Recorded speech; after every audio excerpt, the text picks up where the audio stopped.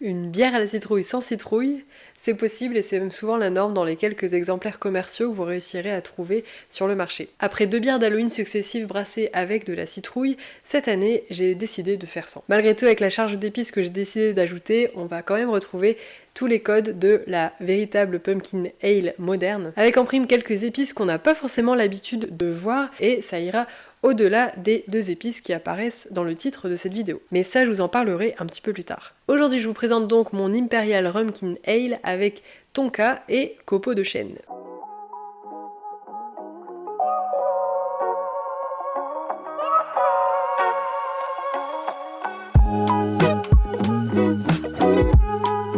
Cette année, pour cette nouvelle Pumpkin Ale, j'ai donc décidé de mettre de côté la citrouille pour me concentrer sur de nouveaux défis.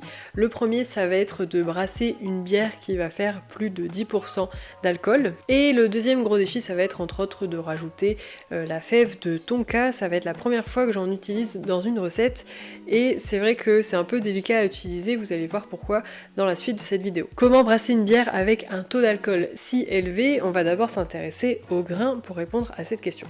Habituellement pour 20 à 21 litres de bière, je vais être sur 5 à 6 kg de grains. Ici pour 22 litres de bière en fermenteur, je suis partie sur 11,5 kg de grains. J'ai composé ma liste de grains de 84% de malt Pilsen 6 RH, 4% de malt Cara Oni et 4% de malt amber aromatique qu'on appelle également malt abbaye. Le malt Pilsen 6 RH, qui est également un malt de base, est fabriqué à partir d'orge à 6 rangs, contrairement au Pilsen de RH. Il contient un pourcentage de protéines et de pouvoir diastatique plus élevé que le Pilsen de RH et il est traditionnellement utilisé dans les styles historiques américains, par exemple ceux de la pré-prohibition et dans les pumpkin ale. Le malt Cara Oni est un malt belge qui peut donner des notes sucrées, de miel, de pain ou encore de caramel. Il donne une couleur rougeâtre à la bière tout en augmentant son corps et en améliorant la rétention de sa mousse. Et enfin le malt amber aromatique ou le malt abbaye peut donner des notes de pain toasté, de noix ou de fruits secs. Au niveau de l'empâtage, je vous avoue, j'avais un peu peur que tout ne rentre pas dans ma cuve, mais j'ai réussi à mettre tout mon volume d'eau presque dès le départ et j'ai remué de temps en temps pour aider à l'extraction de mes grains. Au final, j'ai empâté pendant 1 heure à 65 degrés. Comme vous pouvez vous en douter, le houblon ça va pas être l'ingrédient qui va briller dans cette recette, mais c'est quand même important d'en ajouter, au moins pour ajouter l'amertume, parce que ça va aider à équilibrer la bière et à ne pas avoir un côté trop sucré qui pourrait vite devenir un peu écœurant. Ici j'ai utilisé le houblon Nugget qui est connu pour son amertume nette et plutôt neutre, et j'en ai ajouté 50 g à 60 minutes d'ébullition. Après l'ajout de ma demi-pastille de Protafloc et de ma gélule de nutriments, j'ai rajouté les épices.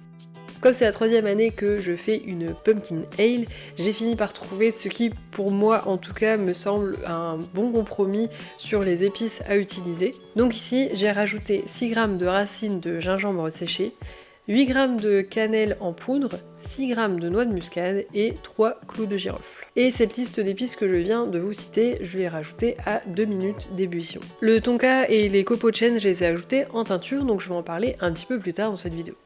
Si vous avez fait attention au pourcentage de la liste de grains que je vous ai donné en début de vidéo, vous avez dû remarquer que j'avais pas atteint les 100%. C'est parce que, en plus de cette grosse liste de grains, j'ai rajouté des sucres adjuvants pour pouvoir augmenter encore un peu plus le taux d'alcool de ma bière. Donc ici, j'ai décidé de rajouter 500 g de miel et 500 g de mélasse. Du côté de la mélasse, on est sur un produit qui est beaucoup plus puissant, beaucoup plus intense.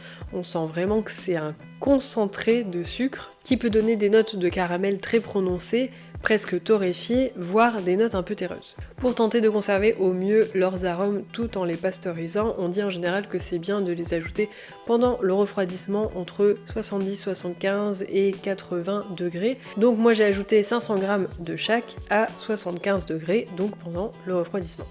Ça faisait un bon moment que je voulais la tester dans ce genre de style.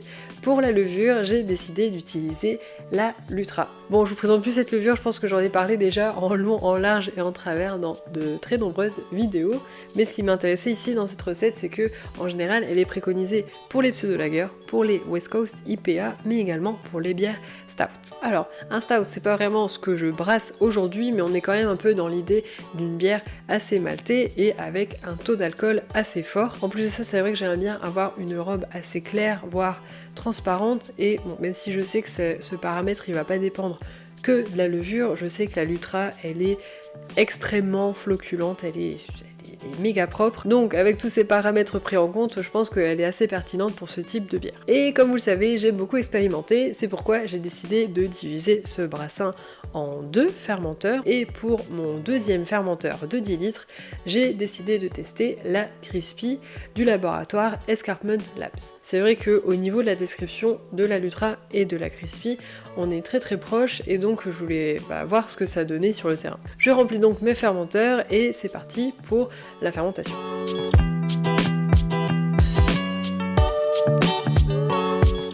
Quelques jours plus tard, j'ai préparé mes 2 teintures parce que pour chaque fermenteur, j'ai décidé de varier un tout petit peu sur les teintures que je vais ajouter. Les 2 vont recevoir une teinture de fèves tonka, mais au niveau des copeaux de chêne, j'ai décidé d'utiliser 2 variétés différentes pour chaque fermenteur. Le tonka, c'est souvent utilisé dans le monde de la pâtisserie, ça va donner des notes intenses de vanille et d'amande. En gros, ça sent la frangipane à plein nez, c'est vraiment impressionnant.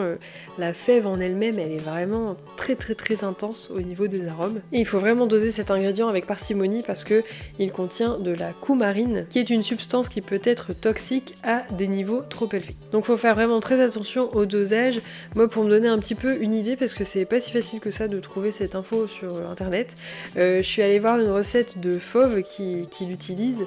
C'est une passerigose. C'est une passerigose, je mettrai le lien de la recette en description, et donc eux ils utilisent 10 grammes il me semble pour 20 litres, donc j'ai décidé de même revoir ça un petit peu à la baisse et j'ai rajouté une fève par teinture pour 10 litres. Pour préparer la teinture, j'ai juste coupé les fèves de tonka en petits morceaux, je les ai rajoutées dans un bocal que j'ai couvert de rhum, on parle quand même d'une rhumkin, et j'ai laissé infuser pendant environ 2 semaines. Pour ajouter cette teinture de tonka, j'ai rajouté uniquement le liquide macéré et non les morceaux de tonka. Ces morceaux, je les ai laissés à part et je ne les ai pas mis dans ma bière. J'ai également fait une teinture pour ajouter les copeaux de chêne, donc là j'ai rajouté 30 grammes pour chaque teinture. Et pour la bière fermentée avec la Lutra, j'ai décidé de rajouter le copeau de chêne Dolce Vanilla qui va rajouter des notes de vanille et qui est censé rendre la bière un peu plus ronde, donner une texture un peu plus ronde. Pour la Crispy, j'ai décidé de rajouter le Dolce Mocha qui doit donner des notes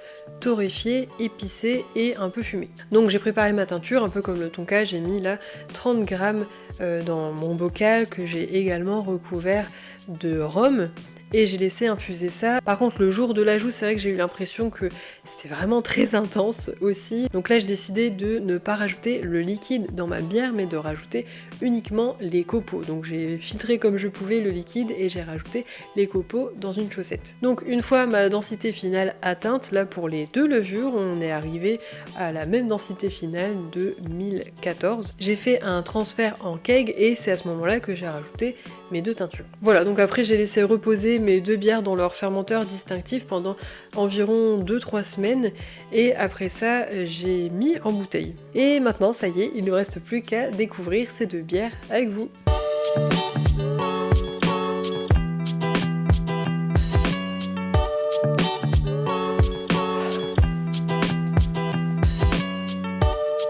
J'arrive pas à dire si ce que je sens en premier c'est le bois ou le tonka. Mais c'est vrai. Cannelle aussi. Oui, il y a la cannelle. Ça sent vraiment l'automne, un sort de dessert.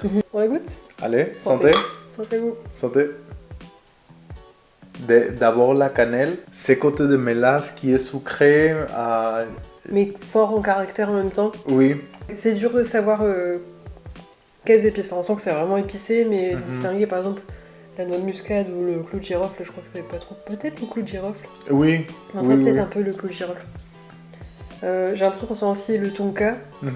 peut-être un peu moins le bois là que le tonka. J'ai l'impression que là le tonka il prend plus le dessus sur le bois. Ça confirme beaucoup la puissance de ces levures à travailler avec une bière avec ce taux d'alcool. Et tout ça, en fait, c'est propre. Ouais, en fait, carrément. c'est tous les autres ingrédients d'abord, surtout les épices Mhm. et la base maltais. Ah, Bon, et le col de mousse, il tient super bien. oui, oui, oui. Franchement, nickel. Et on a une super couleur. Bon, là, c'est le fond du verre, donc c'est un peu compliqué, mais on a une super couleur dorée, ambrée. Je sais pas trop ce que ça va donner à la caméra. On vous montrera ça un petit peu.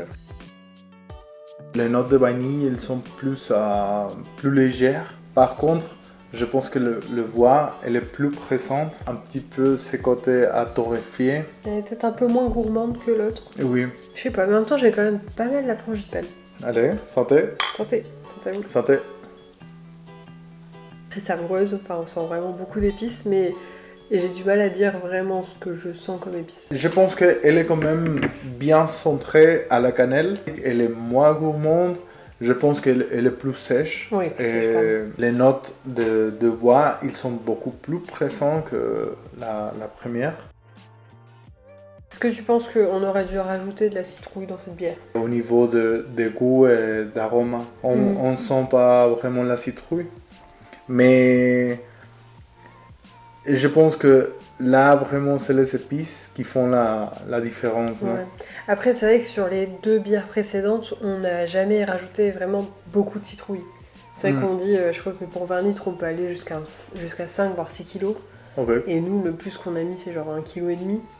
Donc ce qui est peu au final sur la fourchette de jusqu'à 5-6 kilos. Donc je pense que ça pourrait être sympa quand même de tester avec plus de citrouille pour une prochaine. Mais là je trouve qu'effectivement ça manque pas. Les épices elles sont suffisants. Il y a déjà tellement d'épices, tellement de saveurs différentes que ça ne demande pas une citrouille en plus, j'ai l'impression. En fait, la cube était si remplie de grains que ajouter de la citrouille, ça allait... Mais ça va pas être possible. Mais en plus de ça, on a fait la bière quand même assez tôt. Parce que justement, comme c'est une bière très forte, on voulait qu'elle vieillisse un peu. Bon là, elle est pas très vieillie, elle a 3 mois. Mais on voulait quand même qu'elle vieillisse un peu avant de pouvoir la déguster avec vous. Et à ce moment-là, il n'y avait pas encore vraiment de citrouille. Comme je suis plus sur les bières un peu gourmandes, tout ça, moi j'irais plus vers celle qui était fermentée avec la Lutra. Et avec le Dolce Vanilla. Mais pour mon côté un peu gourmand, tout ça, moi je pense que j'aurais rajouté peut-être même du lactose. Ok. Enfin, une Imperial Pumpkin Pastry. Ouais, je pense que ça aurait été pas mal. Elle est très bien comme ça, mais c'est vrai que. Ouais, un petit peu de lactose, un petit peu plus d'onctuosité, ça aurait pu être cool. Dites-nous, vous, ce que vous avez fait comme bière pour Halloween. Bon, en tout cas, merci d'avoir regardé cette vidéo jusqu'au bout. Et puis, on se retrouve très bientôt pour une nouvelle vidéo. Allez, santé. Santé.